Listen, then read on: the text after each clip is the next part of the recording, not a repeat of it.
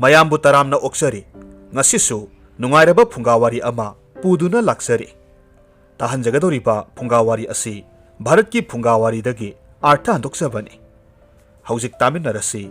Bharat ki phunga wari MITRANGGI KHONGUP AMASUNG CHEI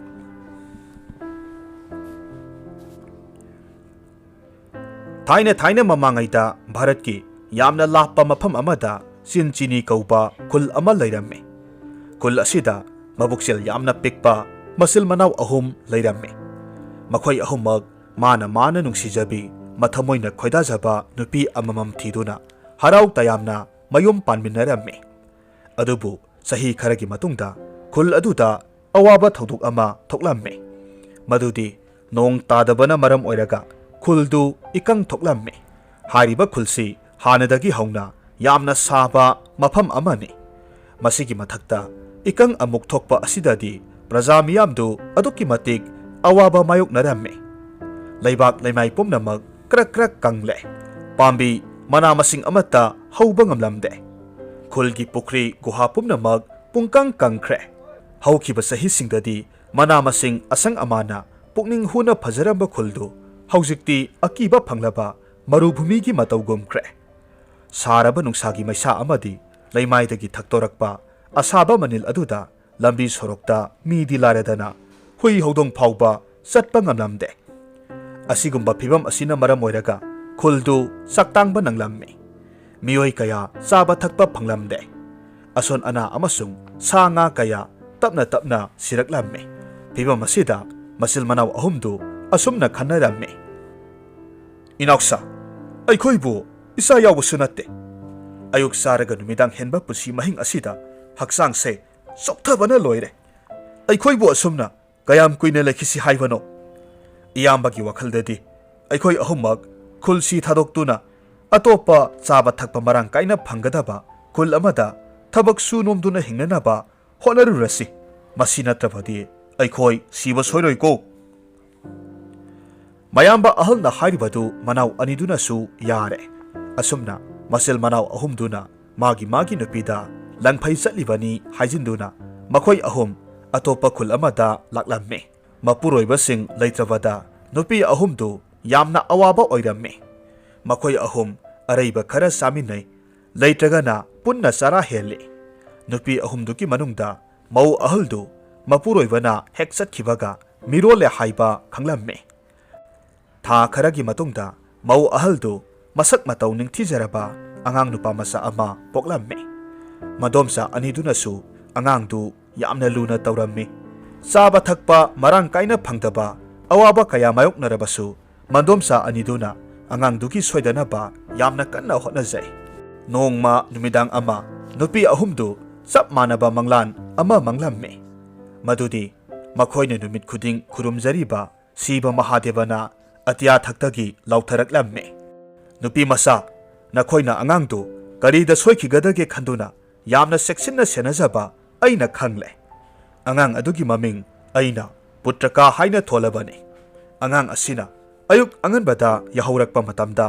महाकी मोन मखादा सनागी सेलयेक लिसिंग लैरमगने मसिना नखोइ लाइरबा कोक्सरो नोंगमदी अंगांग असि निंगथौरेल ओइरखिगने असुमना हाइरमलगा सिबा महादेवा मांगखिरम्मे मथंगी अयुक्ता नुपी अहुमदु मखोइगी अंगकपा मंगलान अदुगी मरमदा वारी सानरम्मे हेना ngakliबदी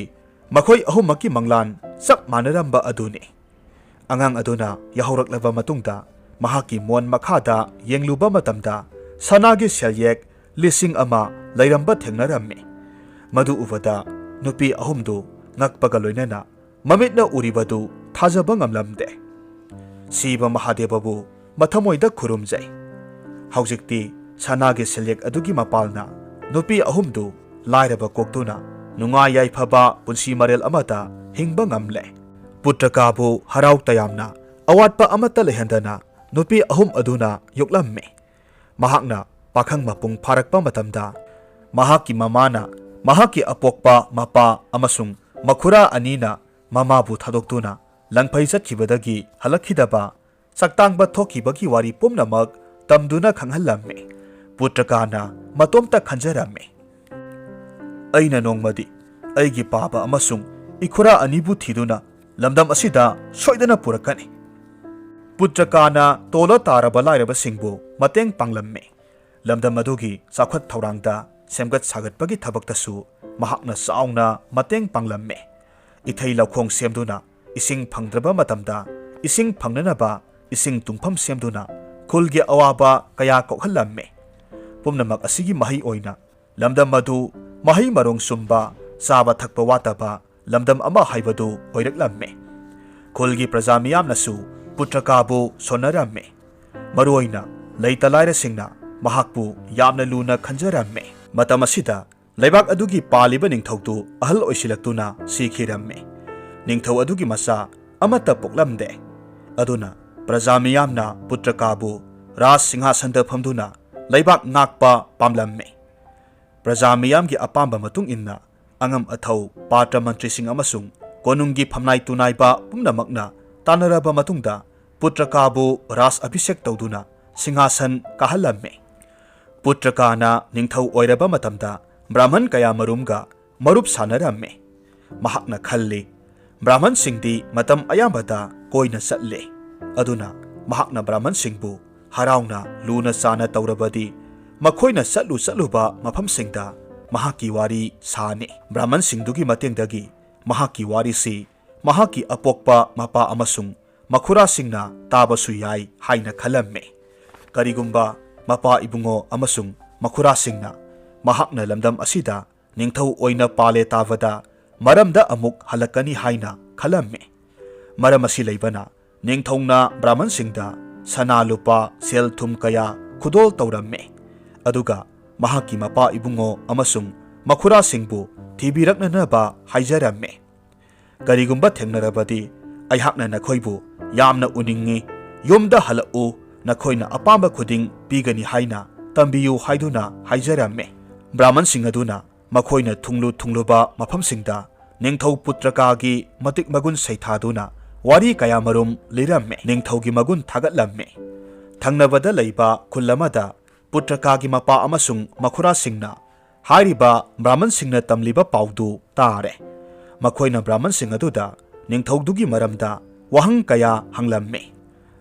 ꯕ꯭ꯔꯥꯍꯃꯟꯅ ꯄꯨꯇ꯭ꯔꯀꯥꯒꯤ ꯄꯨꯟꯁꯤ ꯋꯥꯔꯤ ꯃꯌꯦꯛ ꯁꯦꯡꯅ ꯂꯤꯗꯨꯅ ꯃꯍꯥꯛꯀꯤ ꯃꯃꯥ ꯑꯃꯗꯤ ꯃꯗꯣꯝꯆꯥꯒꯤ ꯃꯃꯤꯡ ꯄꯜꯂꯛꯂꯝꯃꯤ꯫ ꯋꯥꯔꯤꯗꯨ ꯇꯥꯔꯨꯕꯗꯒꯤ ꯄꯨꯇ꯭ꯔꯀꯥꯁꯤ ꯀꯅꯥ ꯅꯠꯇꯦ, ꯃꯍꯥꯛꯀꯤ ꯃꯆꯥꯅꯤ ꯍꯥꯏꯕ ꯍꯧꯖꯤꯛꯇꯤ ꯈꯪꯂꯦ꯫ ꯄꯨꯇ꯭ꯔꯀꯥꯒꯤ ꯃꯄꯥ ꯑꯗꯨꯅ ꯅꯤꯡꯁꯤꯡꯂꯛꯈꯤ ꯃꯍꯥꯛꯅ ꯃꯍꯥꯛꯀꯤ ꯅꯨꯄꯤ ꯑꯗꯨꯕꯨ ꯊꯥꯗꯣꯛꯇꯨꯅ ꯂꯥꯛꯂꯝꯗꯥꯏ ꯃꯇꯝꯗ ꯃꯥꯒꯤ ꯅꯨꯄꯤꯗꯨ ꯃꯤꯔꯣꯜ ꯍꯧꯔꯦ ꯍꯥꯏꯕ꯫ ꯃꯍꯥꯛ ꯑꯃꯨꯛꯁꯨ ꯈꯟꯊꯔꯨꯕ ꯃꯇꯝꯗ ꯅꯨꯡꯉꯥꯏꯇꯕ ꯐꯥꯎꯔꯝꯃꯤ꯫ ꯃꯍꯥꯛ ꯃꯆꯥꯒꯤ ꯃꯅꯥꯛꯇ ꯆꯠꯇꯨꯅ ꯑꯃꯨꯛꯇꯪ ꯎꯅꯔꯨꯁꯤꯔꯥ ꯍꯥꯏꯅ ꯈꯜꯂꯝꯃꯤ꯫ ꯑꯁꯨꯝꯅ ꯑꯍꯜ ꯑꯣꯏꯔꯕ ꯃꯆꯤꯜ ꯃꯅꯥꯎ ꯑꯍꯨꯝꯗꯨ ꯄꯨꯇ꯭ꯔꯀꯥꯒꯤ ꯃꯅꯥꯛꯇ ꯍꯥꯏꯕꯗꯤ ꯃꯈꯣꯏꯒꯤ ꯍꯥꯟꯅꯒꯤ ꯃꯔꯝꯗꯝꯗ ꯑꯃꯨꯛ ꯂꯥꯛꯂꯝꯃꯤ꯫ ꯂꯝꯗꯝꯗꯨ ꯌꯧꯔꯕꯗ ꯀꯣꯅꯨꯡꯗ ꯆꯪꯁꯤꯜꯂꯝꯃꯤ꯫ ꯃꯈꯣꯏ ꯑꯍꯨꯝ ꯀꯣꯅꯨꯡ ꯌꯧꯔꯕꯗ ꯃꯈꯣꯏꯕꯨ ꯅꯤꯡꯊꯤꯅ ꯑꯣꯛꯄꯤꯗꯨꯅ ꯑꯆꯥ ꯑꯊꯛ ꯃꯤꯅꯥꯏ ꯃꯤꯁꯜꯒꯤ ꯁꯦꯕꯥ ꯅꯤꯡꯊꯤꯅ ꯐꯪꯂꯝꯃꯤ꯫ ꯃꯈꯣꯏꯒꯤ ꯅꯨꯄꯤꯁꯤꯡꯗꯨꯅ ꯃꯈꯣꯏꯒꯤ ꯃꯅꯥꯛꯇ ꯆꯪꯁꯤꯟꯗꯨꯅ ꯋꯥ ꯑꯃꯠꯇ ꯍꯥꯏꯔꯝꯗꯦ꯫ ꯃꯔꯝꯗꯤ ꯅꯨꯄꯤꯁꯤꯡ ꯑꯗꯨꯅ ꯃꯕꯨꯛꯅꯤꯡꯗ ꯃꯈꯣꯏꯒꯤ ꯃꯄꯨꯔꯣꯏꯕꯁꯤꯡ ꯑꯗꯨ ꯋꯥꯔꯧꯖꯔꯝꯃꯤ꯫ ꯑꯗꯨꯕꯨ ꯄꯨꯇ꯭ꯔꯀꯥꯗꯤ ꯃꯄꯥ ꯑꯃꯗꯤ ꯃꯇꯣꯟꯁꯤꯡ ꯂꯥꯛꯄꯗ ꯍꯔꯥꯎꯕꯒꯤ ꯄꯟꯈꯩ ꯂꯩꯈꯤꯗ꯭ꯔꯦ꯫ ꯀꯣꯅꯨꯡꯗ ꯅꯨꯃꯤꯠ ꯈꯔꯅꯤ ꯍꯔꯥꯎ ꯇꯌꯥꯝꯅ ꯂꯩꯔꯕ ꯃꯇꯨꯡꯗ ꯃꯍꯥꯛꯅ ꯃꯄꯥ ꯑꯃꯗꯤ ꯃꯇꯣꯟꯁꯤꯡꯕꯨ ꯇꯣꯉꯥꯟꯅ ꯌꯨꯝ ꯑꯃ ꯁꯥꯗꯨꯅ ꯁꯦꯜ ꯊꯨꯝꯒꯤ ꯑꯋꯥꯠꯄ ꯑꯃꯠꯇ ꯂꯩꯍꯟꯗꯅ ꯊꯝꯂꯝꯃꯤ꯫ ꯍꯧꯖꯤꯛꯇꯤ ꯄꯨꯇ꯭ꯔꯀꯥꯅ ꯃꯍꯥꯛꯀꯤ ꯑꯋꯥꯠꯄ ꯑꯃꯠꯇ ꯂꯩꯇ꯭ꯔꯦ ꯈꯜꯂꯗꯨꯅ ꯌꯥꯝꯅ ꯍꯔꯥꯎꯖꯔꯝꯃꯤ꯫ ꯄꯨꯇ꯭ꯔꯀꯥꯒꯤ ꯃꯃꯥ ꯑꯃꯗꯤ ꯃꯗꯣꯝꯆꯥꯁꯤꯡꯅ ꯃꯈꯣꯏꯒꯤ ꯅꯨꯄꯥꯁꯤꯡꯗꯨ ꯇꯣꯉꯥꯟꯅ ꯂꯩꯍꯟꯈꯤꯕꯒꯤ ꯌꯥꯝꯅ ꯆꯥꯎꯕ ꯃꯔꯝ ꯑꯃ ꯂꯩ꯫ ꯃꯗꯨꯗꯤ ꯃꯈꯣꯏꯒꯤ ꯅꯨꯄꯥꯁꯤꯡ ꯑꯁꯤ ꯃꯈꯣꯏꯅ ꯈꯝ ꯊꯦꯡꯅ ꯋꯥꯔꯕ ꯃꯇꯝꯗ ꯃꯈꯣꯏꯕꯨ ꯍꯨꯟꯗꯣꯛꯂꯝꯗꯨꯅ ꯆꯠꯈꯤꯕꯅꯤ꯫ ꯍꯧꯖꯤꯛ ꯅꯨꯡꯉꯥꯏ ꯌꯥꯏꯐꯔꯕ ꯃꯇꯝꯗ ꯂꯥꯛꯂꯤꯕꯁꯤ ꯃꯈꯣꯏꯕꯨ ꯅꯨꯡꯁꯤꯗꯨꯅ ꯂꯥꯛꯄ ꯅꯠꯇꯦ, ꯂꯟ ꯊꯨꯝꯒꯤꯗꯃꯛ ꯈꯜꯂꯒ ꯂꯥꯛꯄꯅꯤ ꯍꯥꯏꯕ ꯑꯁꯤꯅꯤ꯫ ꯇꯁꯦꯡꯅ ꯃꯗꯨꯃꯛ ꯑꯆꯨꯝꯕ ꯑꯣꯏꯔꯝꯃꯤ꯫ ꯄꯨꯇ꯭ꯔꯀꯥꯅ ꯃꯄꯥ ꯑꯃꯗꯤ ꯃꯈꯨꯔꯥꯁꯤꯡꯒꯤꯗꯃꯛ ꯑꯗꯨꯛ ꯌꯥꯝꯅ ꯇꯧꯔꯤꯕ ꯃꯌꯥꯝꯗꯨ ꯃꯈꯨꯔꯥꯁꯤꯡ ꯑꯃꯗꯤ ꯃꯄꯥꯅ ꯊꯥꯒꯠꯄꯒꯤ ꯃꯍꯨꯠꯇ ꯃꯕꯨꯛꯅꯤꯡꯗ ꯐꯠꯇꯕ ꯋꯥꯈꯜ ꯈꯜꯂꯛꯂꯝꯃꯤ꯫ ꯃꯆꯥꯅꯨꯄꯥꯅ ꯃꯈꯣꯏꯗ ꯄꯤꯔꯤꯕꯁꯤꯡ ꯑꯗꯨꯗ ꯃꯈꯣꯏ ꯑꯄꯦꯟꯕ ꯅꯥꯏꯔꯝꯗꯦ꯫ ꯇꯁꯦꯡꯅ ꯃꯈꯣꯏꯁꯤ ꯃꯕꯨꯛ ꯐꯠꯇꯕꯇ ꯅꯠꯇꯅ ꯄꯪꯕ ꯑꯃꯁꯨ ꯌꯥꯎꯔꯝꯃꯤ꯫ ꯃꯈꯣꯏꯅ ꯄꯨꯇ꯭ꯔꯀꯥꯕꯨ ꯀꯂꯛꯂꯝꯃꯤ꯫ ꯃꯔꯨꯑꯣꯏꯅ ꯃꯄꯥ ꯏꯕꯨꯡꯉꯣꯅ ꯄꯨꯇ꯭ꯔꯀꯥꯁꯤ ꯀꯥ ꯍꯦꯟꯅ ꯅꯨꯡꯁꯤꯔꯝꯗꯦ꯫ ꯃꯍꯥꯛꯅ ꯃꯆꯥꯕꯨ ꯍꯥꯠꯂꯒꯦ ꯍꯥꯏꯅ ꯐꯥꯎꯕ ꯈꯜꯂꯛꯂꯝꯃꯤ꯫ ꯑꯗꯨꯒ ꯃꯇꯨꯡꯗ ꯂꯩꯕꯥꯛ ꯑꯁꯤꯗ ꯍꯥꯏꯅ ꯍꯨꯝꯅ ꯄꯥꯟꯕ ꯌꯥꯔꯒꯅꯤ ꯍꯥꯏꯅ ꯈꯜꯂꯝꯃꯤ꯫ ꯊꯕꯛꯁꯤ ꯀꯔꯝꯅ ꯄꯥꯡꯊꯣꯛꯁꯤꯒꯦ ꯍꯥꯏꯅ ꯈꯜꯂꯛꯄ ꯃꯇꯝꯗ ꯎꯄꯥꯏ ꯊꯤꯕ ꯈꯪꯗꯕꯗꯒꯤ ꯃꯅꯥꯎꯅꯨꯄꯥ ꯑꯅꯤꯒ ꯂꯣꯏꯅꯅ ꯋꯥ ꯇꯥꯟꯅꯔꯝꯃꯤ꯫ ꯀꯌꯥꯔꯛ ꯍꯟꯅ ꯈꯟꯅꯔꯕ ꯃꯇꯨꯡꯗ ꯃꯕꯨꯛ ꯐꯠꯇ꯭ꯔꯕ ꯃꯆꯤꯜ ꯃꯅꯥꯎ ꯑꯍꯨꯝꯗꯨꯅ ꯑꯁꯨꯝꯅ ꯈꯟꯅꯔꯦ ꯃꯗꯨꯗꯤ ꯃꯤꯍꯥꯠꯄ ꯃꯤꯁꯛ ꯑꯃ ꯁꯦꯜ ꯌꯥꯝꯅ ꯄꯤꯗꯨꯅ ꯅꯦꯛꯂꯁꯤ ꯑꯗꯨꯒ ꯊꯕꯛꯁꯤ ꯄꯥꯡꯊꯣꯛꯍꯜꯂꯁꯤ ꯍꯥꯏꯅ ꯈꯟꯅꯔꯝꯃꯤ꯫ ꯑꯁꯨꯝꯅ ꯃꯤꯍꯥꯠꯄ ꯃꯤꯁꯛ ꯑꯃ ꯊꯤꯗꯨꯅ ꯃꯤꯍꯥꯠꯄ ꯃꯤꯁꯛ ꯑꯗꯨꯗ ꯁꯦꯜ ꯀꯌꯥꯃꯔꯨꯝ ꯄꯤꯗꯨꯅ ꯋꯥꯐꯝ ꯈꯨꯗꯤꯡꯃꯛ ꯍꯥꯏꯔꯝꯃꯤ꯫ ꯂꯣꯏꯅꯅ ꯋꯥꯐꯝ ꯑꯁꯤ ꯅꯥꯀꯣꯡ ꯑꯅꯤ ꯁꯨꯍꯟꯕ ꯌꯥꯔꯣꯏ ꯍꯥꯏꯅ ꯃꯤꯍꯥꯠꯄ ꯅꯨꯄꯥ ꯑꯗꯨꯕꯨ ꯋꯥꯁꯛꯍꯜꯂꯝꯃꯤ꯫ ꯃꯈꯣꯏꯅ ꯊꯕꯛꯁꯤ ꯀꯔꯝꯕ ꯃꯇꯝꯗ ꯀꯔꯝꯕ ꯃꯐꯝꯗ ꯄꯥꯡꯊꯣꯛꯀꯗꯒꯦ ꯍꯥꯏꯕꯁꯨ ꯍꯥꯏꯔꯝꯃꯤ꯫ ꯄꯨꯇ꯭ꯔꯀꯥ ꯃꯃꯥ ꯑꯃꯗꯤ ꯃꯗꯣꯝꯆꯥꯁꯤꯡꯅ ꯌꯥꯝꯅ ꯅꯤꯡꯊꯤꯅ ꯇꯥꯛꯄꯤ ꯇꯝꯕꯤꯗꯨꯅ ꯌꯣꯛꯂꯛꯄꯅꯤ꯫ ꯃꯍꯥꯛ ꯑꯅꯛꯄꯗ ꯂꯩꯕ ꯂꯥꯏꯁꯪ ꯑꯃꯗ ꯅꯨꯃꯤꯠ ꯈꯨꯗꯤꯡ ꯃꯊꯟꯇ ꯆꯠꯇꯨꯅ ꯂꯥꯏ ꯈꯨꯔꯨꯝꯖꯔꯝꯃꯤ꯫ ꯃꯍꯥꯛꯅ ꯏꯁꯣꯔꯗ ꯈꯨꯔꯨꯝꯖꯕꯗ ꯃꯃꯥ ꯃꯗꯣꯝꯆꯥ ꯃꯄꯥ ꯃꯈꯨꯔꯥꯁꯤꯡ ꯑꯃꯗꯤ ꯃꯍꯥꯛꯀꯤ ꯄ꯭ꯔꯖꯥ ꯃꯤꯌꯥꯝꯒꯤ ꯌꯥꯏꯐꯅꯕꯒꯤꯗꯃꯛ ꯅꯤꯡꯖꯔꯝꯃꯤ꯫ ꯃꯔꯝ ꯑꯁꯤꯅ ꯃꯆꯤꯜ ꯃꯅꯥꯎ ꯑꯍꯨꯝ ꯑꯗꯨꯅ ꯃꯤꯍꯥꯠꯄ ꯑꯗꯨ ꯍꯥꯏꯔꯤꯕ ꯂꯥꯏꯁꯪ ꯑꯗꯨꯒꯤ ꯃꯄꯥꯜꯗ ꯅꯤꯡꯊꯧꯕꯨ ꯉꯥꯏꯗꯨꯅ ꯂꯩꯅꯅꯕ ꯍꯥꯏꯔꯝꯃꯤ꯫ ꯅꯤꯡꯊꯧꯅ ꯄꯨꯛꯅꯤꯡ ꯆꯪꯅ ꯙ꯭ꯌꯥꯟ ꯇꯧꯔꯤꯉꯩ ꯂꯥꯏ ꯅꯤꯡꯂꯤꯉꯩ ꯃꯇꯝꯗ ꯇꯨꯃꯤꯟꯅ ꯆꯪꯁꯤꯜꯂꯒ ꯍꯥꯠꯅꯅꯕ ꯍꯥꯏꯔꯝꯃꯤ꯫ ꯅꯤꯡꯊꯧ ꯁꯤꯔꯕ ꯃꯇꯨꯡꯗ ꯃꯍꯥꯛꯀꯤ ꯑꯁꯤꯕ ꯍꯛꯆꯥꯡꯗꯨ ꯃꯤꯌꯥꯝ ꯎꯗꯅꯕ ꯑꯁꯨꯛꯄ ꯎꯃꯪ ꯑꯃꯗ ꯄꯨꯁꯤꯜꯂꯒ ꯐꯨꯝꯖꯤꯟꯅꯅꯕ ꯍꯥꯏꯔꯝꯃꯤ꯫ ꯑꯁꯨꯝꯅ ꯁꯔꯧ ꯂꯥꯡꯁꯤꯟꯅꯕ ꯂꯣꯏꯔꯦ꯫ ꯃꯤꯍꯥꯠꯄ ꯑꯗꯨꯅ ꯊꯕꯛꯇꯨ ꯏꯔꯥꯏ ꯂꯥꯏꯅ ꯄꯥꯡꯊꯣꯛꯄ ꯌꯥꯅꯅꯕ ꯃꯍꯥꯛꯅ ꯑꯇꯣꯞꯄ ꯃꯤꯍꯥꯠꯄ ꯑꯅꯤ ꯅꯦꯛꯂꯝꯃꯤ꯫ ꯑꯗꯨꯕꯨ ꯄꯨꯇ꯭ꯔꯀꯥ ꯍꯥꯏꯔꯤꯕ ꯃꯤꯁꯛ ꯑꯁꯤꯗꯤ ꯑꯆꯝꯕ ꯃꯤꯁꯛ ꯑꯣꯏꯔꯝꯗꯦ꯫ ꯄꯣꯛꯂꯛꯄꯗꯒꯤ ꯍꯧꯅ ꯂꯥꯏꯅ ꯆꯥꯟꯕ ꯃꯤꯁꯛ ꯑꯃꯅꯤ꯫ ꯅꯤꯡꯊꯧ ꯄꯨꯇ꯭ꯔꯀꯥ ꯂꯥꯏꯁꯪꯗ ꯆꯪꯂꯛꯇꯨꯅ ꯃꯃꯤꯠ ꯆꯦꯖꯦꯠ ꯎꯏꯁꯤꯟꯗꯨꯅ ꯂꯥꯏ ꯈꯨꯔꯨꯝꯖꯔꯝꯃꯤ꯫ ꯇꯟꯖꯥ ꯆꯥꯔꯦ ꯈꯟꯗꯨꯅ ꯉꯁꯥꯏꯗꯒꯤ ꯂꯣꯠꯇꯨꯅ ꯂꯩꯔꯝꯕ ꯃꯤꯍꯥꯠꯄ ꯑꯍꯨꯝꯗꯨ ꯃꯅꯤꯡꯂꯣꯝꯗꯒꯤ ꯆꯪꯁꯤꯜꯂꯛꯇꯨꯅ ꯊꯥꯡ ꯊꯥꯡꯒꯠꯇꯨꯅ ꯅꯤꯡꯊꯧꯗ ꯍꯥꯏꯊꯔꯝꯃꯤ꯫ ꯑꯗꯨꯕꯨ ꯑꯉꯛꯄꯒꯤ ꯃꯇꯧꯅꯤ꯫ ꯍꯥꯏꯊꯔꯛꯂꯤꯕ ꯊꯥꯡꯗꯨ ꯃꯤꯇ꯭ꯔꯪꯒꯤ ꯃꯇꯧꯒꯨꯝ ꯅꯤꯡꯊꯧꯒꯤ ꯀꯣꯛꯊꯛ ꯃꯄꯥ ꯑꯗꯨꯋꯥꯏꯗ ꯆꯞ ꯂꯦꯞꯇꯨꯅ ꯂꯩꯈ꯭ꯔꯦ꯫ ꯃꯤꯍꯥꯠꯄꯁꯤꯡ ꯑꯗꯨꯁꯨ ꯃꯈꯣꯏꯒꯤ ꯃꯈꯨꯠ ꯃꯁꯥ ꯍꯛꯆꯥꯡꯁꯤꯡ ꯑꯗꯨ ꯂꯦꯡꯕ ꯉꯝꯗꯅ ꯃꯨꯔꯇꯤꯒꯨꯝ ꯂꯩꯈ꯭ꯔꯦ꯫ ꯃꯇꯝ ꯑꯁꯤꯗ ꯑꯔꯪꯕ ꯃꯉꯥꯜ ꯑꯃ ꯈꯣꯟꯖꯦꯜ ꯑꯃꯒ ꯂꯣꯏꯅꯅ ꯃꯊꯛꯂꯣꯝꯗꯒꯤ ꯐꯥꯎꯔꯛꯈꯤ꯫ ꯃꯗꯨꯗ ꯄꯨꯇ꯭ꯔꯀꯥꯒꯤ ꯄꯨꯛꯅꯤꯡ ꯆꯪꯕꯗꯨ ꯀꯥꯏꯔꯗꯨꯅ ꯇꯨꯡ ꯍꯟꯅ ꯌꯦꯡꯊꯣꯔꯛꯄ ꯃꯇꯝꯗ ꯃꯍꯥꯛꯀꯤ ꯃꯇꯨꯡꯗ ꯂꯩꯔꯝꯂꯤꯕ ꯃꯤꯍꯥꯠꯄ ꯑꯍꯨꯝꯗꯨ ꯎꯔꯦ꯫ ꯃꯈꯣꯏ ꯑꯍꯨꯝꯅ ꯍꯥꯏꯊꯔꯛꯂꯤꯕ ꯊꯥꯡꯗꯨ ꯃꯃꯤ ꯁꯥꯃꯤ ꯎꯕ ꯃꯨꯔꯇꯤ ꯑꯃꯅ ꯐꯥꯗꯨꯅ ꯂꯩꯔꯝꯃꯤ꯫ ꯃꯇꯝ ꯑꯁꯤꯗ ꯅꯤꯡꯊꯧ ꯄꯨꯇ꯭ꯔꯀꯥꯅ ꯈꯪꯂꯦ ꯃꯤꯍꯥꯠꯄꯁꯤꯡ ꯑꯁꯤꯒꯤ ꯃꯈꯨꯠꯇꯒꯤ ꯃꯍꯥꯛꯀꯤ ꯄꯨꯟꯁꯤꯕꯨ ꯏꯁꯣꯔꯒꯤ ꯗꯨꯠ ꯑꯗꯨꯅ ꯀꯟꯕꯤꯔꯦ ꯍꯥꯏꯕ꯫ ꯉꯥꯏꯍꯥꯛꯀꯤ ꯃꯇꯨꯡꯗ ꯃꯃꯤ ꯁꯥꯃꯤ ꯎꯔꯝꯕ ꯁꯛꯇꯝ ꯑꯗꯨꯁꯨ ꯇꯞꯅ ꯇꯞꯅ ꯃꯃꯤ ꯁꯥꯝꯈ꯭ꯔꯦ꯫ ꯃꯤꯍꯥꯠꯄꯁꯤꯡ ꯑꯗꯨꯁꯨ ꯂꯦꯡꯕ ꯌꯥꯗꯅ ꯐꯥꯖꯤꯜꯂꯝꯕ ꯃꯈꯣꯏꯒꯤ ꯃꯁꯥꯗꯨ ꯇꯞꯅ ꯇꯞꯅ ꯊꯥꯗꯣꯔꯛꯂꯦ꯫ ꯃꯈꯣꯏꯒꯤ ꯃꯈꯨꯠꯇꯒꯤ ꯈꯨꯠꯂꯥꯏꯁꯤꯡꯗꯨ ꯂꯩꯃꯥꯏꯗ ꯇꯥꯈꯤ꯫ ꯃꯈꯣꯏ ꯑꯍꯨꯝ ꯃꯈꯨꯠ ꯂꯣꯟꯅꯗꯨꯅ ꯅꯤꯡꯊꯧꯗ ꯈꯨꯔꯨꯝꯂꯝꯃꯤ꯫ ꯃꯈꯣꯏꯕꯨ ꯀꯟꯕꯤꯌꯨ ꯍꯥꯏꯖꯔꯝꯃꯤ꯫ ꯅꯤꯡꯊꯧꯅ ꯃꯈꯣꯏꯗ ꯃꯨꯟꯅ ꯌꯦꯡꯉꯤ ꯑꯗꯨꯒ ꯌꯥꯝꯅ ꯈꯪꯅꯤꯡꯅ ꯍꯪꯂꯝꯃꯤ꯫ ꯅꯈꯣꯏ ꯑꯁꯦꯡꯕ ꯑꯆꯨꯝꯕ ꯍꯥꯏꯌꯨ꯫ ꯑꯁꯦꯡꯕ ꯍꯥꯏꯔꯕꯗꯤ ꯅꯈꯣꯏꯒꯤ ꯅꯊ꯭ꯋꯥꯏ ꯀꯟꯕꯤꯒꯅꯤ꯫ ꯑꯩꯕꯨ ꯀꯔꯤꯒꯤꯗꯃꯛ ꯍꯥꯠꯄ ꯄꯥꯝꯂꯤꯕꯅꯣ? ꯃꯇꯝ ꯑꯁꯤꯗ ꯃꯤꯍꯥꯠꯄ ꯃꯀꯣꯛꯅ ꯃꯈꯣꯏꯕꯨ ꯀꯅꯥꯅ ꯊꯥꯔꯛꯄꯅꯣ ꯍꯥꯏꯕ ꯃꯌꯦꯛ ꯁꯦꯡꯅ ꯍꯥꯏꯗꯣꯔꯛꯂꯝꯃꯤ꯫ ꯃꯍꯥꯛꯀꯤ ꯑꯄꯣꯛꯄ ꯃꯄꯥꯅ ꯃꯍꯥꯛꯄꯨ ꯍꯥꯠꯅꯕ ꯍꯣꯠꯅꯔꯝꯕꯒꯤ ꯋꯥꯐꯝ ꯑꯁꯤ ꯈꯪꯂꯛꯄ ꯃꯇꯝꯗ ꯅꯤꯡꯊꯧꯗꯨ ꯉꯛꯄꯅ ꯂꯣꯏꯈ꯭ꯔꯦ꯫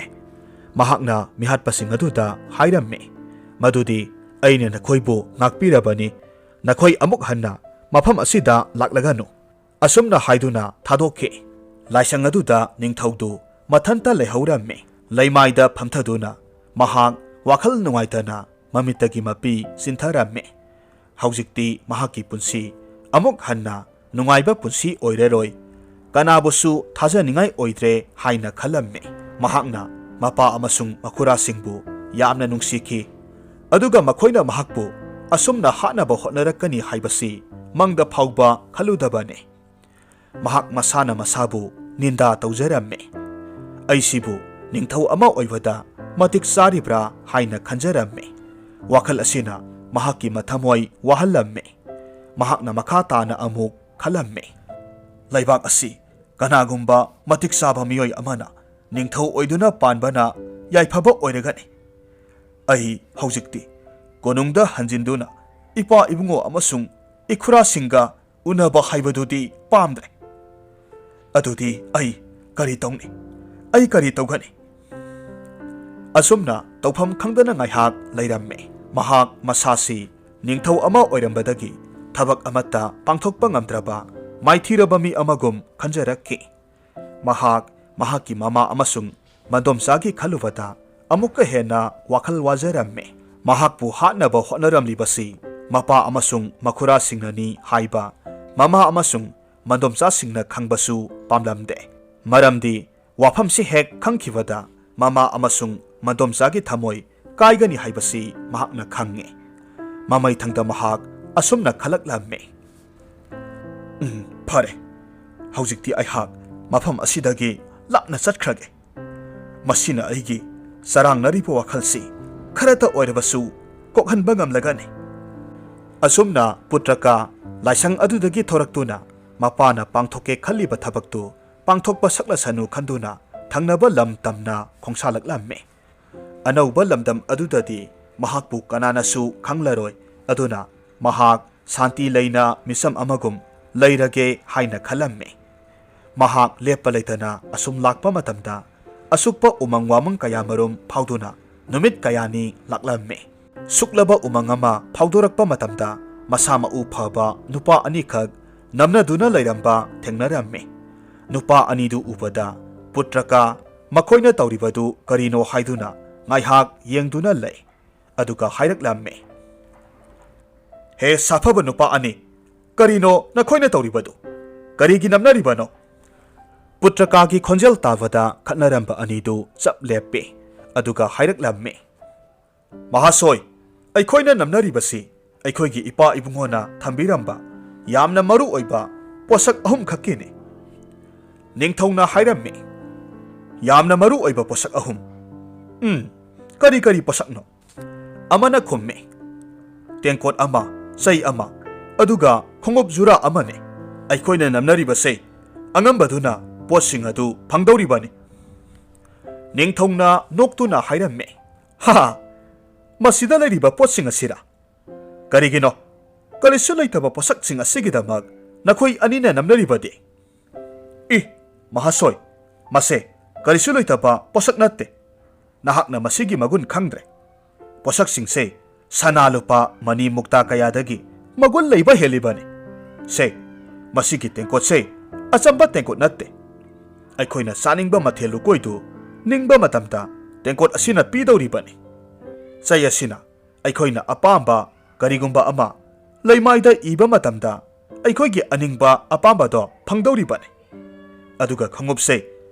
ꯃꯁꯤ ꯇꯣꯡꯂꯤꯕ ꯃꯤꯗꯨ ꯃꯍꯥꯛꯅ ꯆꯠꯅꯤꯡꯕ ꯃꯐꯝ, ꯑꯅꯛꯄ ꯑꯣꯏꯒꯦꯔꯥ ꯑꯔꯥꯞꯄꯗꯕꯨ ꯑꯣꯏꯒꯦꯔꯥ, ꯄꯥꯏꯗꯨꯅ ꯆꯠꯄ ꯌꯥꯕ ꯃꯤꯇ꯭ꯔꯪꯒꯤ ꯈꯣꯡꯎꯞꯅꯤꯅꯦ꯫ ꯏꯆꯝ ꯆꯝꯕ ꯃꯥꯟꯕ ꯄꯣꯠꯁꯛꯁꯤꯡ ꯑꯗꯨꯒꯤ ꯃꯇꯤꯛ ꯃꯒꯨꯟ ꯈꯪꯂꯕꯗ ꯄꯨꯇ꯭ꯔꯀꯥꯅ ꯄꯣꯠꯁꯛꯁꯤꯡ ꯑꯗꯨ ꯃꯍꯥꯛꯀꯤ ꯑꯣꯏꯅꯤꯡꯂꯦ꯫ ꯃꯍꯥꯛꯅ ꯈꯜꯂꯤ꯫ ꯑꯁꯨꯛ ꯄꯪꯈ꯭ꯔꯕ ꯃꯤꯁꯤꯡ ꯑꯁꯤꯅ ꯄꯣꯠꯁꯛꯁꯤꯡ ꯑꯁꯤꯒꯤ ꯃꯄꯨ ꯑꯣꯏꯕꯗ ꯃꯇꯤꯛ ꯆꯥꯗꯦ꯫ ꯑꯁꯨꯝꯅ ꯈꯜꯂꯗꯨꯅ ꯃꯈꯥ ꯇꯥꯔꯛꯂꯝꯃꯤ꯫ ꯍꯥꯏ ꯅꯨꯄꯥ ꯑꯅꯤ, ꯅꯈꯣꯏ ꯑꯅꯤ ꯅꯝꯅꯕ ꯂꯦꯞꯄꯣ꯫ ꯁꯨꯝꯗꯧꯔꯁꯤ, ꯅꯈꯣꯏ ꯑꯅꯤꯒꯤ ꯋꯥꯌꯦꯜꯁꯦ ꯑꯩ ꯇꯧꯕꯤꯔꯒꯦ꯫ ꯅꯈꯣꯏ ꯑꯅꯤ ꯂꯝꯖꯦꯜ ꯑꯣꯏꯅ ꯇꯥꯟꯅꯔꯣ꯫ ꯃꯗꯨꯗ ꯑꯉꯝꯕꯗꯨꯅ ꯄꯣꯠꯁꯛꯁꯤꯡ ꯑꯁꯤꯒꯤ ꯃꯄꯨ ꯑꯣꯏꯔꯣ꯫ ꯃꯐꯝ ꯑꯁꯤꯗꯒꯤ ꯂꯝꯖꯦꯜ ꯊꯥꯔꯁꯤ꯫ ꯑꯗꯨꯒ ꯑꯥꯗ ꯑꯔꯥꯞꯄꯗ ꯃꯥꯡꯗ ꯎꯔꯤꯕ ꯈꯣꯡꯅꯥꯡ ꯄꯥꯝꯕꯤꯁꯦ ꯃꯁꯤꯗ ꯊꯦꯡꯂꯝꯂꯒ ꯑꯃꯨꯛ ꯃꯐꯝꯁꯤꯗ ꯍꯥꯟꯅ ꯌꯧꯔꯛꯄ ꯉꯝꯕ ꯃꯤꯁꯛ ꯑꯗꯨꯅ ꯑꯊꯣꯏꯕ ꯁꯛꯅꯔꯁꯤ꯫ ꯑꯩꯍꯥꯛ ꯅꯈꯣꯏꯕꯨ ꯉꯥꯏꯔꯝꯒꯦ꯫ ꯄꯣꯠꯁꯤꯡꯁꯦ ꯑꯩꯉꯣꯟꯗ ꯁꯤꯟꯅꯔꯝꯂꯣ꯫ ꯅꯨꯄꯥ ꯑꯅꯤꯗꯨꯗꯤ ꯌꯥꯝꯅ ꯄꯪꯕ ꯃꯤꯁꯛ ꯑꯣꯏꯔꯝꯃꯤ꯫ ꯑꯗꯨꯅ ꯄꯨꯇ꯭ꯔꯀꯥꯅ ꯍꯥꯏꯔꯤꯕꯗꯨ ꯌꯥꯔꯝꯃꯤ꯫ ꯃꯈꯣꯏꯅ ꯍꯥꯏꯔꯝꯃꯤ꯫ ꯐꯔꯦ, ꯑꯩꯈꯣꯏ ꯅꯝꯅꯕ ꯊꯣꯛꯂꯒꯦ꯫ ꯂꯝꯖꯦꯜ ꯇꯥꯟꯅꯔꯁꯤ꯫ ꯅꯍꯥꯛꯅ ꯂꯝꯖꯦꯜꯁꯤ ꯊꯥꯕꯤꯔꯣ꯫ ꯄꯨꯇ꯭ꯔꯀꯥꯅ ꯂꯝꯖꯦꯜ ꯁ꯭ꯋꯥ ꯂꯥꯎꯅ ꯊꯥꯔꯝꯃꯤ꯫ ꯅꯨꯄꯥ ꯑꯅꯤꯗꯨ ꯍꯦꯛ ꯆꯦꯟꯈꯤꯕꯒ mahakna mitranggi angakpa potsingtu paisilamme khongup juradu tongsilaga atiya thakta paiduna mahaki khongsattu makha taramme nupa aniduna halakpa matamdadi makhoigi mitranggi posak pumnamak leiramdre putrakana makhoibu namthak tawbiramle haiba kona khanglakki upai leitana mayumda sauna makhoi animak hanakre asomda putrakadi usekumna atiya thakta paiduna laklamme singpa turel kayamarum phauduna mahoksagi phajaba saktam yengduna pairakpa asida mamai thangdadi numit taramdai matamda atopa lamdam amada thunglamme mafamdugi phajaba ubada mahakna khalle o mafam asidi onthokna phajakhreda mafam asida aihak leirage asumna khanduna laimaida paitharaklamme aduga anakpada leiba yum masa amada mahaki mityeng tarure yumdu hek ubada masak masu thijarabasu leiba nungaigadaba yum ama male mahak yum aduda sangsinduna thong thinduna mi leibra haina hangi matamaduda hanubi amana thong hangdoraktuna hairamme ibungo kana oirabano kari leirabage ima manbi aihak arapa khundagi laksabani imagi sida matam kharadang sangjafam laujage hanubidu yum aduda mathanta leiba oiramme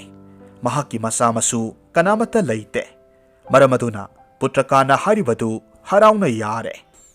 putrakana hanubi aduda sel khara pibiramme makhoi ani matam khara harauna leminare hanubi adusu haujikti masagum laba amaga leminaba asida naitom leibagi awabadu koksare hanubiduna putrakagi awat apa hangbiramme amasung masada masagum luna tawramme nongmadi hanubi aduna hairamme sa ibungo nahak imagi yum asida adum leiro imasu naitom hingbase yamna waine he aduga yengoi nahak nupi thinanaba tawrasi nahaki nasakna taw phajaba chung phiral chaba asiga hairurabadi imana khangba nupi ama leiye mahakto nahakidamaktadi matik sare haina imana khallido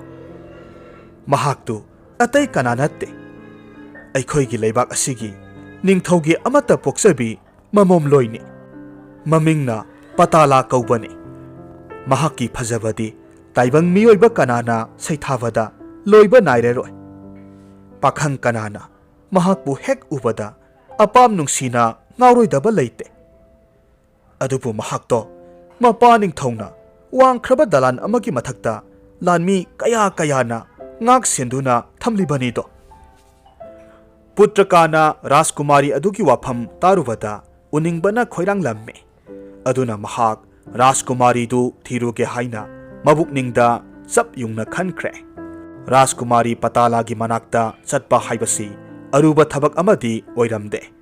maramdi mahaki mitranggi khongup aduna irai laina mahakpu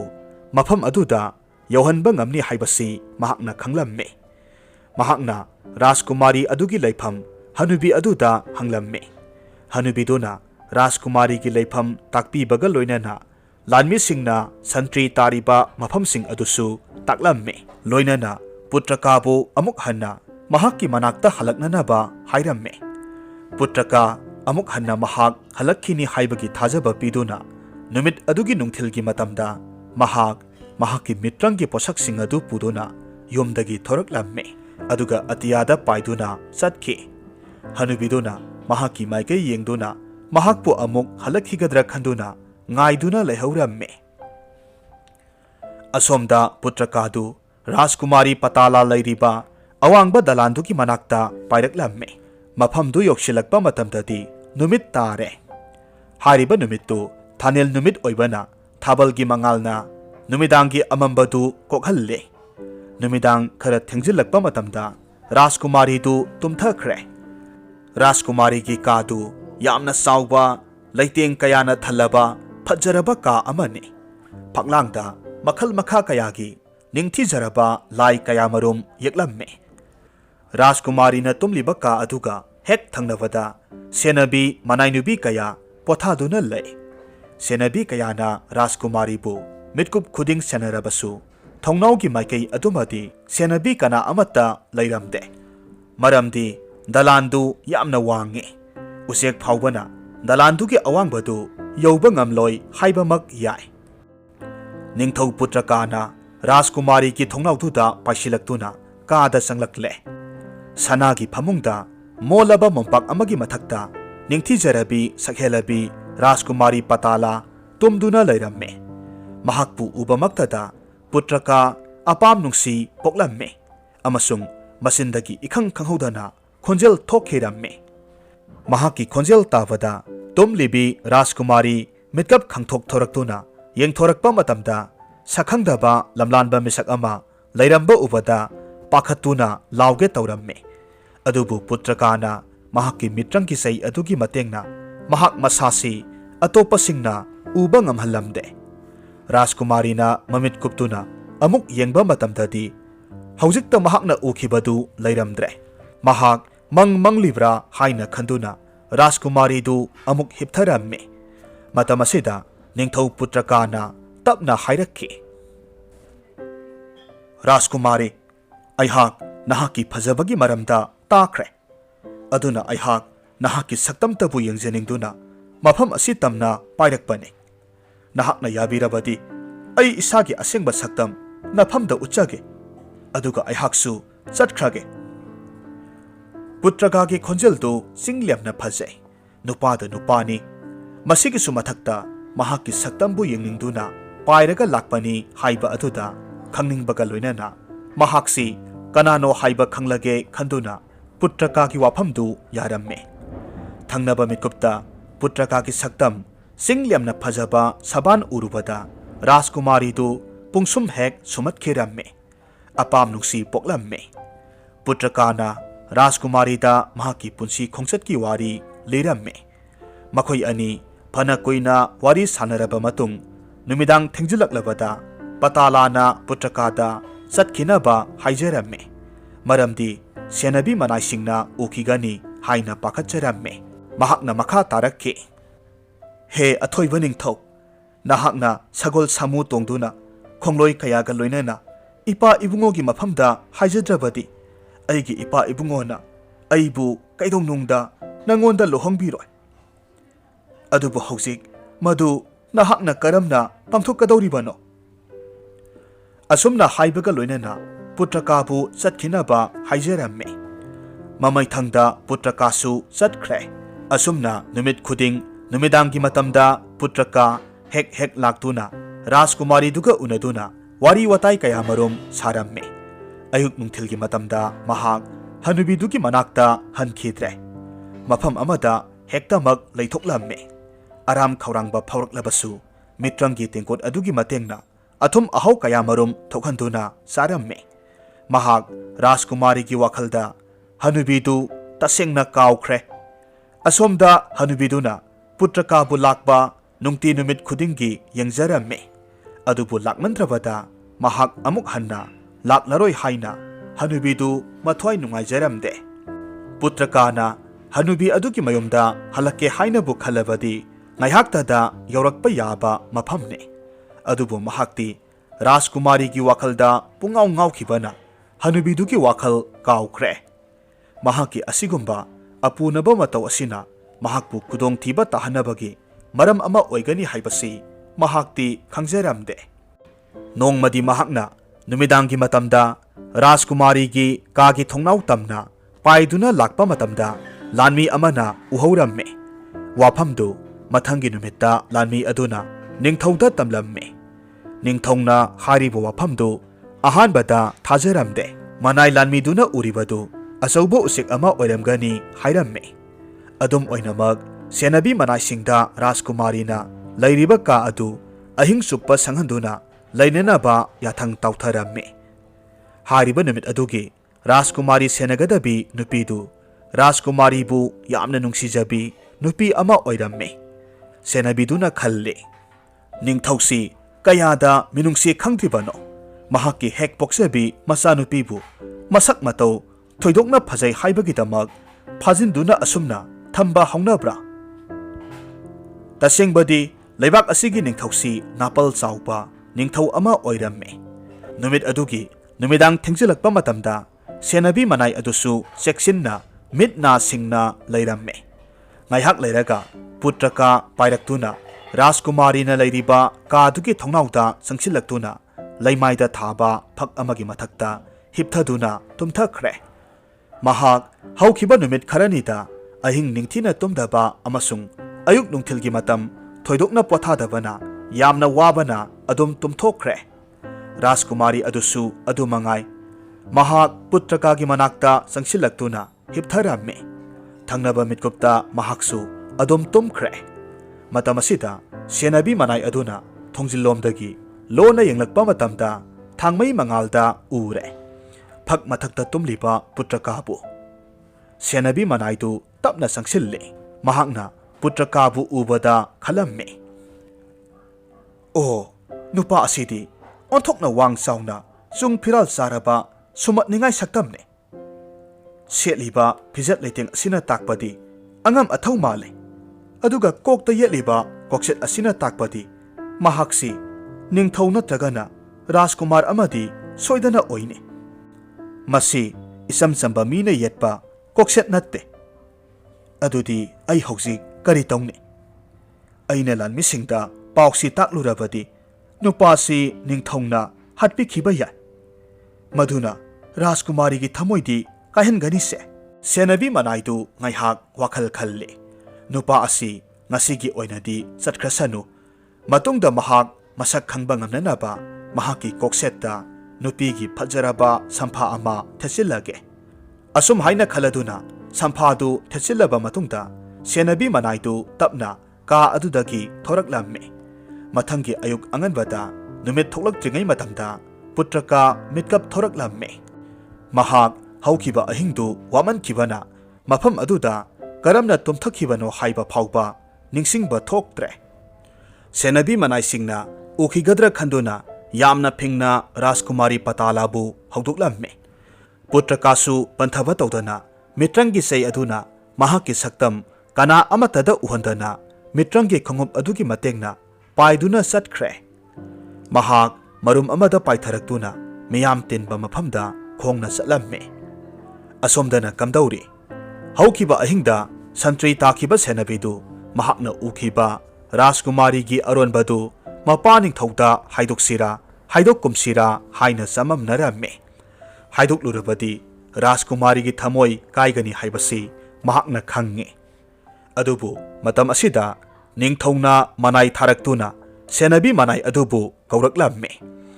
ꯑꯗꯨꯒ ꯍꯧꯈꯤꯕ ꯑꯍꯤꯡꯗ ꯃꯍꯥꯛꯅ ꯀꯔꯤ ꯀꯔꯝꯕ ꯊꯧꯗꯣꯛ ꯎꯕꯒꯦ ꯁꯦꯡꯅ ꯈꯨꯝꯃꯨ ꯍꯥꯏꯅ ꯍꯪꯂꯝꯃꯤ꯫ ꯃꯍꯥꯛ ꯅꯤꯡꯊꯧꯅ ꯍꯪꯂꯤꯕ ꯋꯥꯍꯪꯗꯨꯒꯤ ꯄꯥꯎꯈꯨꯝꯗꯨ ꯃꯔꯩ ꯃꯔꯥ ꯇꯧꯗꯨꯅ ꯈꯨꯝꯗꯅꯕ ꯀꯟꯅ ꯍꯣꯠꯅꯖꯩ꯫ ꯑꯗꯨꯕꯨ ꯅꯤꯡꯊꯧꯅ ꯁꯥꯎꯅ ꯍꯥꯏꯔꯛꯈꯤ, ꯅꯨꯄꯤ, ꯑꯁꯦꯡꯕ ꯑꯆꯨꯝꯕꯗꯨ ꯍꯥꯏꯌꯨ꯫ ꯑꯁꯦꯡꯕꯗꯨ ꯅꯍꯥꯛꯅ ꯍꯥꯏꯗ꯭ꯔꯕꯗꯤ ꯅꯍꯥꯛ ꯅꯔꯨ ꯀꯣꯛꯇꯨꯅ ꯁꯨꯅꯨ ꯌꯥꯏꯉꯪ ꯇꯩꯗꯨꯅ ꯃꯤꯌꯥꯝ ꯃꯃꯥꯡꯗ ꯈꯣꯡꯒꯣꯏꯅꯒꯅꯤ꯫ ꯃꯇꯨꯡꯗ ꯀꯩꯁꯨꯝ ꯁꯪꯗ ꯊꯝꯒꯅꯤ ꯍꯥꯏꯕꯁꯤ ꯈꯪꯉꯨ꯫ ꯎꯄꯥꯏ ꯂꯩꯇ꯭ꯔꯕ ꯁꯦꯟꯅꯕꯤꯗꯨꯅ ꯃꯍꯥꯛꯅ ꯎꯈꯤꯕ ꯄꯨꯝꯅꯃꯛ ꯍꯥꯏꯗꯣꯛꯂꯝꯃꯤ꯫ ꯅꯤꯡꯊꯧꯅ ꯌꯥꯝꯅ ꯁꯥꯎꯅ ꯑꯃꯨꯛ ꯍꯥꯏꯔꯛꯂꯝꯃꯤ, ꯏꯌꯥ! ꯑꯗꯨꯒꯨꯝꯕ ꯊꯧꯗꯣꯛ ꯑꯃ ꯊꯣꯛꯂꯕꯗꯤ ꯀꯔꯤꯒꯤ ꯈꯨꯗꯛ ꯑꯗꯨꯗ ꯑꯩꯉꯣꯟꯗ ꯄꯥꯎ ꯄꯤꯔꯛꯇꯦ? ꯍꯥꯏꯌꯨ, ꯅꯨꯄꯥ ꯑꯗꯨꯒꯤ ꯃꯑꯣꯡ ꯃꯇꯧ ꯀꯝꯗꯧꯕꯒꯦ ꯍꯥꯏꯌꯨ꯫ ꯃꯍꯥꯛꯄꯨ ꯍꯧꯖꯤꯛꯃꯛ ꯐꯥꯔꯨꯒꯗꯕꯅꯤ꯫ ꯁꯦꯟꯅꯕꯤꯗꯨꯅ ꯌꯥꯝꯅ ꯄꯥꯈꯠꯅ ꯃꯍꯥꯛꯅ ꯅꯨꯄꯥ ꯑꯗꯨꯒꯤ ꯀꯣꯛꯁꯦꯠꯇ ꯁꯝꯐꯥ ꯑꯃ ꯊꯦꯠꯆꯤꯟꯈꯤꯕꯅꯤ ꯍꯥꯏꯅ ꯍꯥꯏꯔꯝꯃꯤ꯫ ꯅꯤꯡꯊꯧꯅ ꯑꯃꯨꯛ ꯃꯈꯥ ꯇꯥꯔꯛꯈꯤ, ꯅꯈꯣꯏ ꯀꯅꯥ ꯀꯅꯥ ꯂꯩ? ꯇꯥꯎ, ꯑꯩꯒꯤ ꯌꯥꯊꯪ, ꯑꯩꯒꯤ ꯏꯆꯥꯅꯨꯄꯤꯒꯤ ꯃꯅꯥꯛꯇ ꯂꯥꯛꯈꯤꯕ ꯅꯨꯄꯥꯗꯨ ꯍꯦꯛ ꯐꯪꯕ ꯃꯤꯠꯀꯨꯞꯇ ꯅꯤꯡꯊꯧ ꯑꯩꯒꯤ ꯏꯅꯥꯛꯇ ꯄꯨꯔꯛꯀꯗꯕꯅꯤ꯫ ꯅꯨꯄꯥꯗꯨ ꯄꯨꯔꯛꯂꯤꯕ ꯃꯤꯑꯣꯏꯗꯨ ꯃꯅꯥ ꯃꯊꯨꯝ ꯆꯥꯎꯅ ꯄꯤꯒꯅꯤ꯫ ꯅꯤꯡꯊꯧꯅ ꯃꯍꯥꯛꯀꯤ ꯑꯔꯣꯟꯕ ꯂꯥꯟꯃꯤ ꯆꯥꯝꯃ ꯊꯥꯗꯣꯛꯇꯨꯅ ꯅꯨꯄꯥ ꯑꯗꯨꯕꯨ ꯊꯤꯍꯜꯂꯝꯃꯤ꯫ ꯃꯈꯣꯏꯅ ꯁꯍꯔꯒꯤ ꯀꯩꯊꯦꯜ ꯑꯃꯗ ꯄꯨꯇ꯭ꯔꯀꯥꯕꯨ ꯊꯦꯡꯅꯗꯨꯅ ꯐꯥꯗꯨꯅ ꯄꯨꯔꯛꯂꯝꯃꯤ꯫ ꯂꯥꯟꯃꯤꯁꯤꯡꯅ ꯃꯍꯥꯛꯄꯨ ꯈꯪꯍꯧꯗꯅ ꯐꯥꯈꯤꯕ ꯑꯣꯏꯕꯅ ꯃꯍꯥꯛꯀꯤ ꯃꯤꯇ꯭ꯔꯪꯒꯤ ꯄꯣꯠꯆꯩꯁꯤꯡꯗꯨ ꯁꯤꯖꯤꯟꯅꯕꯒꯤ ꯃꯇꯝ ꯐꯪꯂꯝꯗꯦ꯫ ꯃꯤꯇ꯭ꯔꯪꯒꯤ ꯈꯣꯡꯎꯞꯇꯨ ꯇꯣꯡꯁꯤꯟꯕꯒꯤ ꯃꯇꯝ ꯐꯪꯂꯝꯗꯦ꯫ ꯑꯗꯨꯕꯨ ꯃꯤꯇ꯭ꯔꯪꯒꯤ ꯄꯣꯠꯆꯩ ꯄꯨꯝꯅꯃꯛ ꯃꯈꯨꯠꯅ ꯄꯥꯏꯗꯨꯅ ꯃꯍꯥꯛ निंगथौ कोनुंगतमना पुरकलम्मे पुत्रकाना महकबु फारिबा लानमिसिंग अदुदा अइहाक्सी निंगथौ अमनी अइबु फागनु हाइरम्मे पुत्रकागी वाफमदा लानमिसिंग अदु नोक्लम्मे कोनुंग यौरबदा निंगथौगी दरबारदा पुत्रकाबु पुसिलक्ले अंगम अथौ पात्र मंत्री मयाम सुना तिलम्मे अकोइबदा थोंग थोंगनाउसु लाउना हांगलम्मे अकोइबगी फिबम पुत्रकाना मुन्ना येंगदुना नाथोखिनबगी उपाय येंगलम्मे महाक फमलंबदगी फुक हौगतले अदुगा निंगथौदा येंगलम्मे महाकी मतौ अदुदा निंगथौदु यामना सावरम्मे हौना खंगदब नुपा नहाकना करी नतिक लैदुना अइगी इसानुपीगी कादा चंगमलिबनो हाइना हाइरम्मे पुत्रकाना इंगना तपना खुम्मे इनिंगथौ अइहाक पतालाबु यामना नुंसीजे अइ महाकबु लुहोंगदुना लौबा पामे अइ सामक निंगथौ अमनी हाइना हाइरम्मे महाकी वाफम तारगा निंगथौदु हेना हेना सावगलक्लम्मे सिंहासनदगी हौगलक्तुना लाउरक्के नखोई कना लई नुपा असी सैना कंथदुना कैसुम संगदा नमसिल्लु खुदक्ता पुत्रकाना महाकी मित्रंगी सैदु पाइखतले लैमाइदा इरम्मे कना अमतना अइबु सोक्पा ngamdaba ओइसनु अदुगा महाकी खोंगुपतु तोंसिलगा मथक्ता पाइखलक्लम्मे अंगकपा थौदोक्तु उबदा तिल्लिबा मियामदु मया काबा मखै येंगनरम्मे पुत्रका मपालोमदा पाइथोखिदोना राजकुमारी पतालागी कागे थोंगनाउरोमदा पाइसिनख्रे मतमदुदा राजकुमारी दी मथ्वाई वाजरदुना थोंगनाउ मयादा हंगत हंदा चत्तुना लैरम्मे राजकुमारी पतालाना पुत्रकाबु उबमक्तदा अवाबा पुमनमक कोखिरम्मे अदुबु यामना पाखतना नहाकी लेबाक्ता हनख्रो इपा इबुंगोना नहाकपु सोयदना हातख्रगनी हाइरम्मे पुत्रकाना हाइरक्लम्मे अइ नहाक याउदना चटपा ngamloi अइंगोंदा सेटना कोलक्लो अइखोइनी पुन्ना चटख्रसे वाफमदु तावदा पताला हाइफम तौफम खंगलम्दे फना फत्रबसु मपाबुंग निंगथौबुदी नुंसी अमरोमदा महाकी नुंसीबा अदुबुसु थादोकनिंगदे मागी सममनबा मतौ उबदा पुत्रकाना खंगलदुना महाकी खुदांग पाइदुना सिंगसिल्ले अदुगा मखोई अनि पाइदुना सटख्रे महाकी मरैबाक्ता हलमदे गंगा तुरेलगी इसेलना चेंथरिबा माइकैरोमदा असुम लाक्लम्मे खुंदा लैताबा यागदबा मफम साबा येंगदुना तुरेल मया नकना पाइथरक्लम्मे वारदुना ngaihak पोथाई मित्रंगी तेंकोतगी असा अथक थोखलम्मे मफम अदुदा मित्रंगी सै अदुगी mateंगना फजख्रबा कोनुंग अमा सारे मसिगी मतुंगदा शहर अमा सेमगतले